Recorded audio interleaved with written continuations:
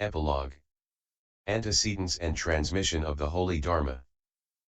Then Sakra, the Prince of the Gods, said to the Buddha, Lord, formerly I have heard from the Tathagata and from Manjusri, the Crown Prince of Wisdom, many hundreds of thousands of teachings of the Dharma, but I have never before heard a teaching of the Dharma as remarkable as this instruction in the entrance into the method of inconceivable transformations. Lord, those living beings who, having heard this teaching of the Dharma, accept it, remember it, read it, and understand it deeply will be, without a doubt, true vessels of the Dharma. There is no need to mention those who apply themselves to the yoga of meditation upon it. They will cut off all possibility of unhappy lives, will open their way to all fortunate lives, will always be looked after by all Buddhas, will always overcome all adversaries, and will always conquer all devils. They will practice the path of the Bodhisattvas, will take their places upon the seat of enlightenment, and will have truly entered the domain of the Tathagatas. Lord, the noble sons and daughters who will teach and practice this exposition of the Dharma will be honored and served by me and my followers. To the villages, towns, cities, states, kingdoms, and capitals wherein this teaching of the Dharma will be applied, taught, and demonstrated, I and my followers will come to hear the Dharma. I will inspire the unbelieving with faith, and I will guarantee my help and protection to those who believe and uphold the Dharma. At these words, the Buddha said to Sakra, the Prince of the Gods, Excellent! Excellent, Prince of Gods! The Tathagata rejoices in your good words. Prince of Gods, the enlightenment of the Buddhas of the past, present, and future is expressed in this discourse of Dharma. Therefore, Prince of Gods, when noble sons and daughters accept it, repeat it, understand it deeply, write it completely, and, making it into a book, honor it, those sons and daughters thereby pay homage to the Buddhas of the past, present, and future. Let us suppose, Prince of Gods, that this billion-world galactic universe were as full of Tathagatas as it is covered with groves of sugar cane, with rosebushes, with bamboo thickets, with herbs, and with flowers, and that a noble son or daughter were to honor them, revere them, respect and adore them, offering them all sorts of comforts and offerings for an eon or more than an eon. And let us suppose that, these Tathagatas having entered ultimate liberation, he or she honored each of them by enshrining their preserved bodies in a memorial stupa made of precious stones, each as large as a world with 4 great continents, rising as high as the world of Brahma, adorned with parasols, banners, standards, and lamps. And let us suppose finally that, having erected all these stupas for the Tathagatas, he or she were to devote an eon or more to offering them flowers, perfumes, banners, and standards, while playing drums and music. That being done, what do you think, Prince of Gods?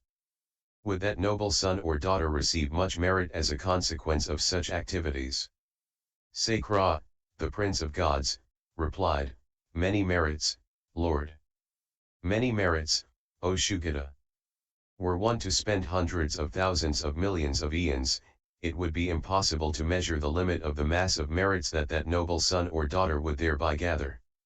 The Buddha said, Have faith, Prince of Gods, and understand this, whoever accepts this exposition of the Dharma called instruction in the inconceivable liberation, recites it, and understands it deeply, he or she will gather merits even greater than those who perform the above acts. Why so? Because, Prince of Gods, the enlightenment of the Buddhas arises from the Dharma, and one honors them by the Dharma worship, and not by material worship. Thus it is taught, Prince of Gods, and thus you must understand it. The Buddha then further said to Sakra, the Prince of Gods, Once, Prince of Gods, long ago, long before eons more numerous than the innumerable, immense, immeasurable, inconceivable, and even before then, the Tathagata called Basajiraja appeared in the world, a saint, perfectly and fully enlightened, endowed with knowledge and conduct, a blissful one, knower of the world, incomparable knower of men who need to be civilized, teacher of gods and men, a Lord, a Buddha. He appeared in the eon called Vikarana in the universe called Mahavaiha. The length of life of this Tathagata Basajiraja, perfectly and fully enlightened one, was 20 short eons.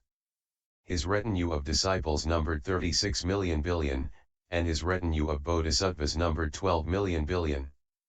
In that same era, Prince of Gods, there was a universal monarch called King Ratnakatra, who reigned over the 4 continents and possessed 7 precious jewels. He had 1,000 heroic sons, powerful, strong, and able to conquer enemy armies. This King Ratnakatra honored the Tathagata Basajiraja and his retinue with many excellent offerings during 5 short eons. At the end of this time, the King Ratnakatra said to his sons, recognizing that during my reign I have worshipped the Tathagata, in your turn you also should worship him. The 1,000 princes gave their consent, obeying their father the king, and all together, during another 5 short eons, they honored the Tathagata Basajiraja with all sorts of excellent offerings. Among them, there was a prince by the name of Kendrakatra, who retired into solitude and thought to himself, is there not another mode of worship, even better and more noble than this? Then, by the supernatural power of the Buddha Basajiraja, the gods spoke to him from the heavens, good man, the supreme worship is the Dharma worship. Kendrakatra asked them, what is this Dharma worship? The gods replied, good man, go to the Tathagata Basajiraja, ask him about the Dharma worship, and he will explain it to you fully. Then, the prince Kendrakatra went to the Lord Basajiraja, the saint, the Tathagata, the insuperably, perfectly enlightened one, and having approached him, bowed down at his feet, circumambulated him to the right 3 times, and withdrew to one side. He then asked, Lord, I have heard of a Dharma worship, which surpasses all other worship. What is this Dharma worship? The Tathagata Basajiraja said, noble son, the Dharma worship is that worship rendered to the discourses taught by the Tathagata. These discourses are deep and profound in illumination. They do not conform to the mundane and are difficult to understand, difficult to see and difficult to realize. They are subtle, precise, and ultimately incomprehensible. As scriptures, they are collected in the canon of the Bodhisattvas, stamped with the insignia of the King of Incantations and Teachings. They reveal the irreversible will of Dharma, arising from the 6 transcendences, cleansed of any false notions. They are endowed with all the aids to enlightenment and embody the 7 factors of enlightenment. They introduce living beings to the great compassion and teach them the great love. They eliminate all the convictions of the maras, and they manifest relativity. They contain the message of selflessness, living beinglessness, lifelessness, personlessness, voidness, signlessness, wishlessness, non-performance, non-production, and non-occurrence. They make possible the attainment of the seat of enlightenment and set in motion the will of the Dharma. They are approved and praised by the chiefs of the gods, Nagas, Yakshas, Gandharvas, Asuras, Garudas, Kimnaras, and Mahoragas. They preserve unbroken the heritage of the holy Dharma, contain the treasury of the Dharma, and represent the summit of the Dharma worship. They are upheld by all holy beings and teach all the Bodhisattva practices. They induce the unmistaken understanding of the Dharma in its ultimate sense. They certify that all things are impermanent, miserable, selfless, and peaceful, thus epitomizing the Dharma. They cause the abandonment of avarice, immorality, malice, laziness, forgetfulness, foolishness, and jealousy, as well as bad convictions, adherence to objects, and all opposition. They are praised by all the Buddhas. They are the medicines for the tendencies of mundane life, and they authentically manifest the great happiness of liberation. To teach correctly, to uphold, to investigate, and to understand such scriptures, thus incorporating into one's own life the holy Dharma, that is the Dharma worship. Furthermore, noble son, the Dharma worship consists of determining the Dharma according to the Dharma, applying the Dharma according to the Dharma, being in harmony with relativity, being free of extremist convictions, attaining the tolerance of ultimate birthlessness and non-occurrence of all things, realizing selflessness and living beinglessness, refraining from struggle about causes and conditions, without quarreling, or disputing, not being possessive, being free of egoism, relying on the meaning and not on the literal expression, relying on gnosis and not on consciousness, relying on the ultimate teachings definitive in meaning and not insisting on the superficial teachings interpretable in meaning, relying on reality and not insisting on opinions derived from personal authorities, realizing correctly the reality of the Buddha, realizing the ultimate absence of any fundamental consciousness, and overcoming the habit of clinging to an ultimate ground.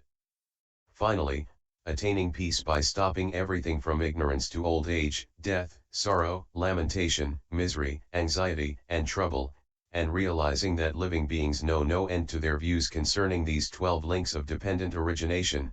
Then, noble son, when you do not hold to any view at all, it is called the unexcelled Dharma worship. Prince of Gods, when the Prince Candrakatra had heard this definition of Dharma worship from the Tathagata Basajiraja, he attained the conformative tolerance of ultimate birthlessness, and, taking his robes and ornaments, he offered them to the Buddha Basajiraja, saying, when the Tathagata will be in ultimate liberation, I wish to defend his holy Dharma, to protect it, and to worship it. May the Tathagata grant me his supernatural blessing, that I may be able to conquer Mara and all adversaries and to incorporate in all my lives the holy Dharma of the Buddha. The Tathagata Basajiraja, knowing the high resolve of Candrakatra, prophesied to him that he would be, at a later time, in the future, the protector, guardian, and defender of the city of the holy Dharma. Then, Prince of Gods, the Prince Candrakatra, out of his great faith in the Tathagata, left the household life in order to enter the homeless life of a monk, and having done so, lived making great efforts toward the attainment of virtue.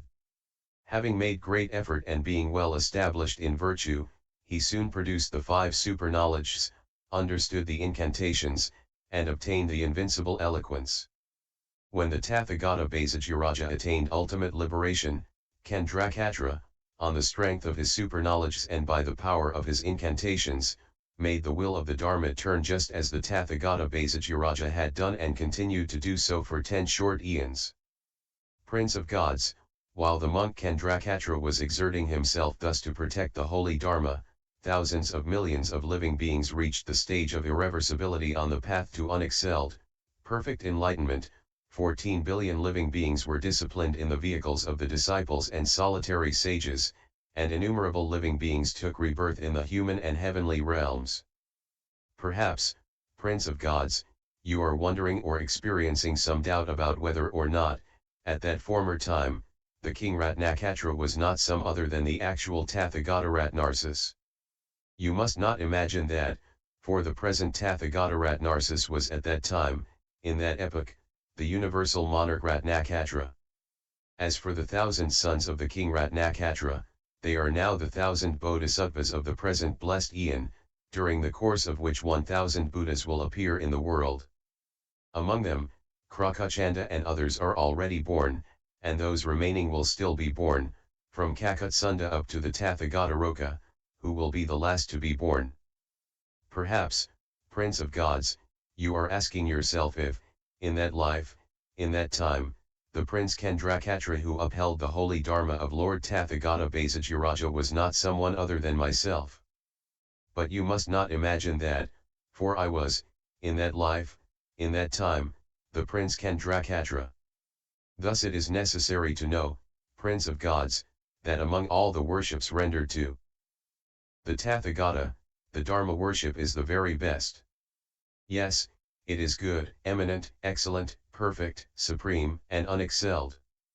And therefore, Prince of Gods, do not worship me with material objects but worship me with the Dharma worship. Do not honor me with material objects but honor me by honor to the Dharma.